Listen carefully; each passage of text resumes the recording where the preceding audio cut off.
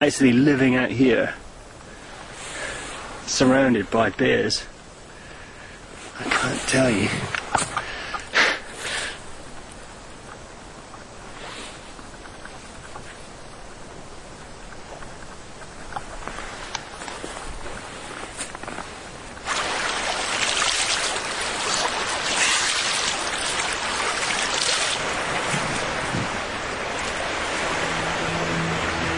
I found some more bear signs right next to the water. I guess you can hear the river in the background. There's bits of bark stripped everywhere. There's twigs broken off up here, but then the main thing is just down here. There's bark stripped off a big pine tree with big claw marks on it. If I put my hand down next to that,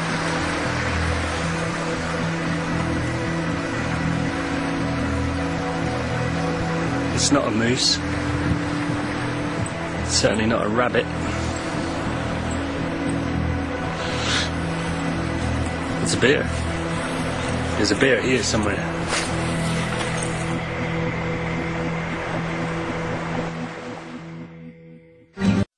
Tonight on Discovery, cars explode in Mythbusters. The world land speed record is in doubt in Recreation Nation. And what do you do if you break your leg in the outback? You'd better watch Worst Case Scenario to find out.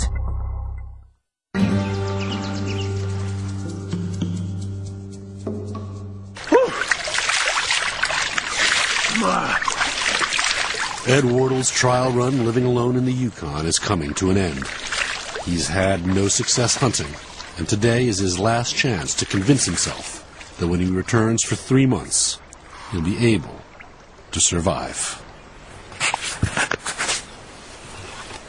So, I'm on my way to check my snares. I hope there's something in them.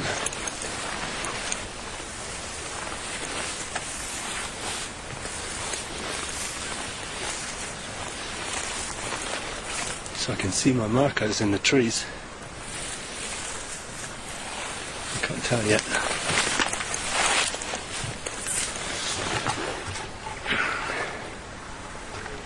Completely untouched.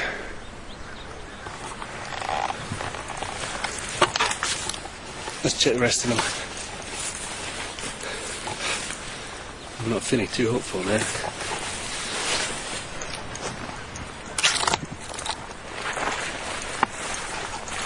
So something's been through here. It's sprung my trap. This swing snare that I set the other day, it's definitely been through here, upset the trap. It's pulled the snare tight, but it hasn't caught anything. That's pretty exciting. That's good news. It definitely means there are hares or rabbits coming through this part of the woods.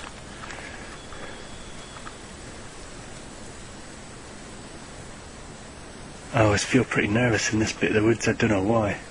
Oh man, here we go. I caught a little rabbit. There we are. Rabbit for tea tonight.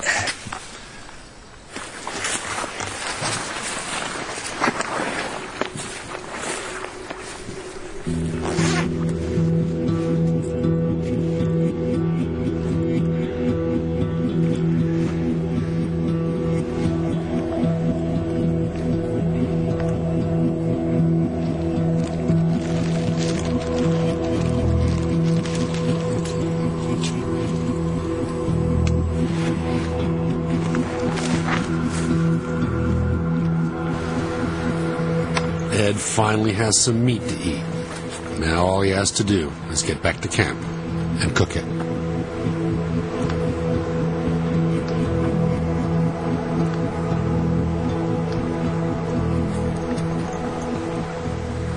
I'm just walking back along the path that I came along about half an hour ago, and there's a lot of bear on the path in front of me.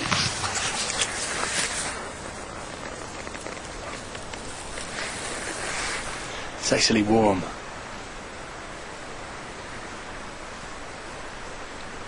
Which way is he going?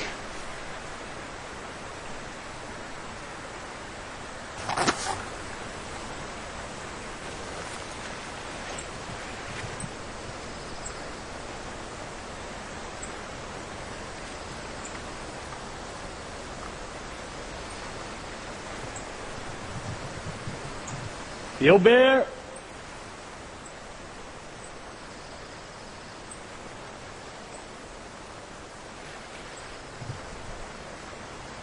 Hello, bear!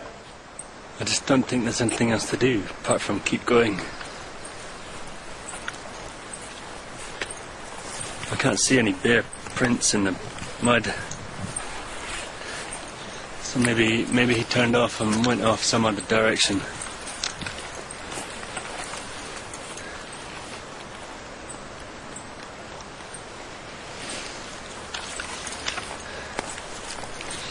Hello, bear!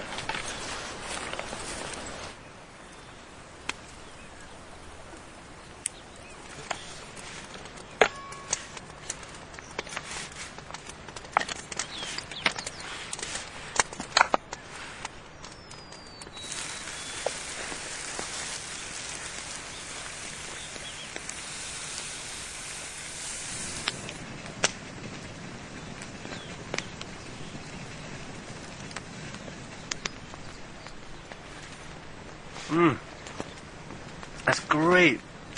I've got rabbit and cranberries, can you believe it? There's not much of it, but it's pretty good.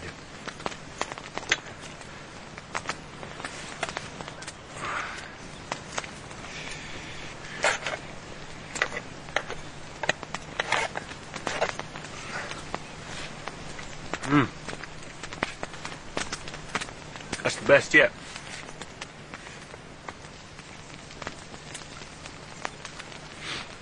It's amazing, isn't it?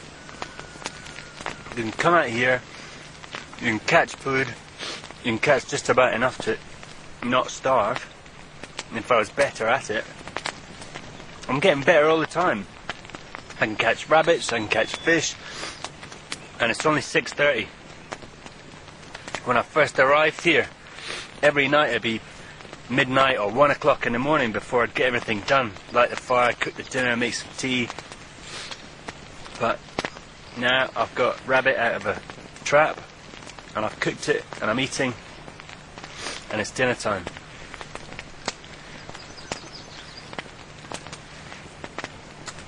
It feels really special to be out here. Kind of privileged. There isn't that much room in the world left for us all to space out like this.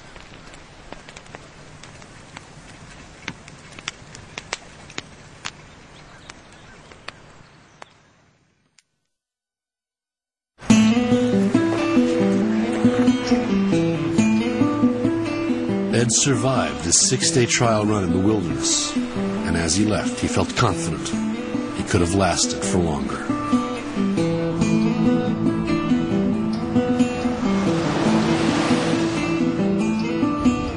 It's a year later, and Ed is ready to try again, but this time, it's for 3 months. Throughout the trial, one of Ed's biggest fears was being attacked by a bear.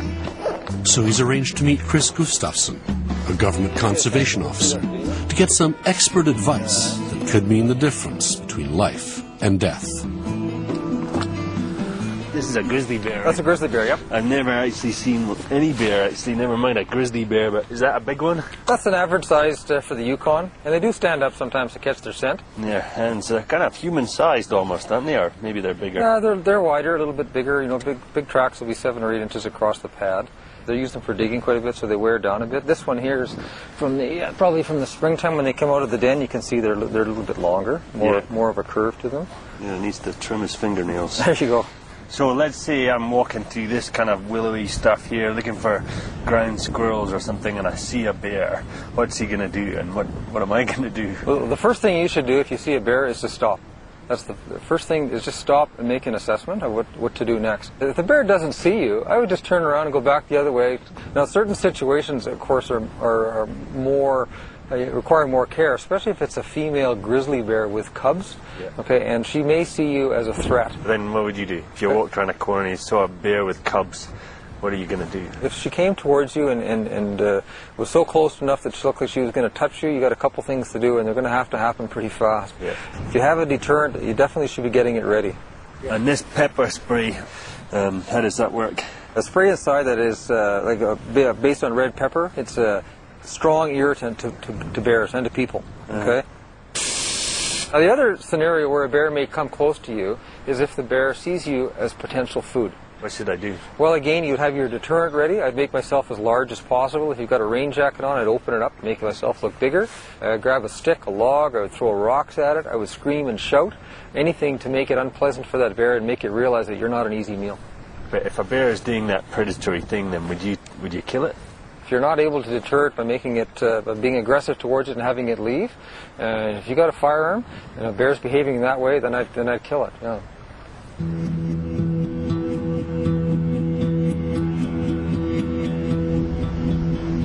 Apart from predatory bears, Ed's other great fear is finding enough food to live off in the bush. He will need to supplement the fish and wildlife he catches, so he's meeting Bruce Bennett, a local botanist, to get some life-saving advice about which plants he can eat and which plants could kill him. This here is the Yukon territorial flower. This is fireweed, and this is just like spinach. You can take off the top part of it and cook that right up. You can eat it raw, although I usually use it as kind of like a pot herb. There's kind of a plant that has some nutritional survival kind of value. These are louseworts. You see that big thick root like that? Mm-hmm. That is edible, and that's a good survival food. I mean, that's a pretty good chunk of potato for putting into soups and things like that. How about this pretty flower here? So this plant here is one you should know about, and it's called death camas. When you dig it up, it has a bulb that looks like an onion, but it doesn't smell like an onion, and it's poisonous. And what are these yellow flowers? These flowers are in the pea family. This one's called loco weed. Supposedly horses that eat it will go crazy. Huh. And people who eat it will go crazy too. What's that? So this is Shepherdea canadensis, or in Yukon they call them soapberries. And this is a very important bear food. So the only problem is when you come into large patches of this, especially in remote areas, keep your eyes out because that's where the bears will be as well. This plant here, it's called Eskimo potato. It is probably one of the survival foods. It's the plant that the bears go after in the springtime. Mm-hmm. It's got this nice thick rhizome root, and you just want to eat this root part. But there are two plants that are very similar, and one is edible and good for you, and the other one's toxic and nothing eats it. So I'm going to show you the trick on how to identify these at any time of the year. Those are called calyx. This a little cup, that's right, that surrounds the flower. How would you describe that shape? Triangles. Triangles, yeah. So if I wanted to survive, okay, I'd eat that one. The other one is prettier, but the real thing is, again, looking at these calyx. And if you look at that, you can see these are long, those are big skinny, spiky fingers. Long, yeah, big spiky fingers. Mm. And what happens if I eat the wrong one? Well, if you eat the wrong one, supposedly your digestive system will shut down and you'll slowly starve.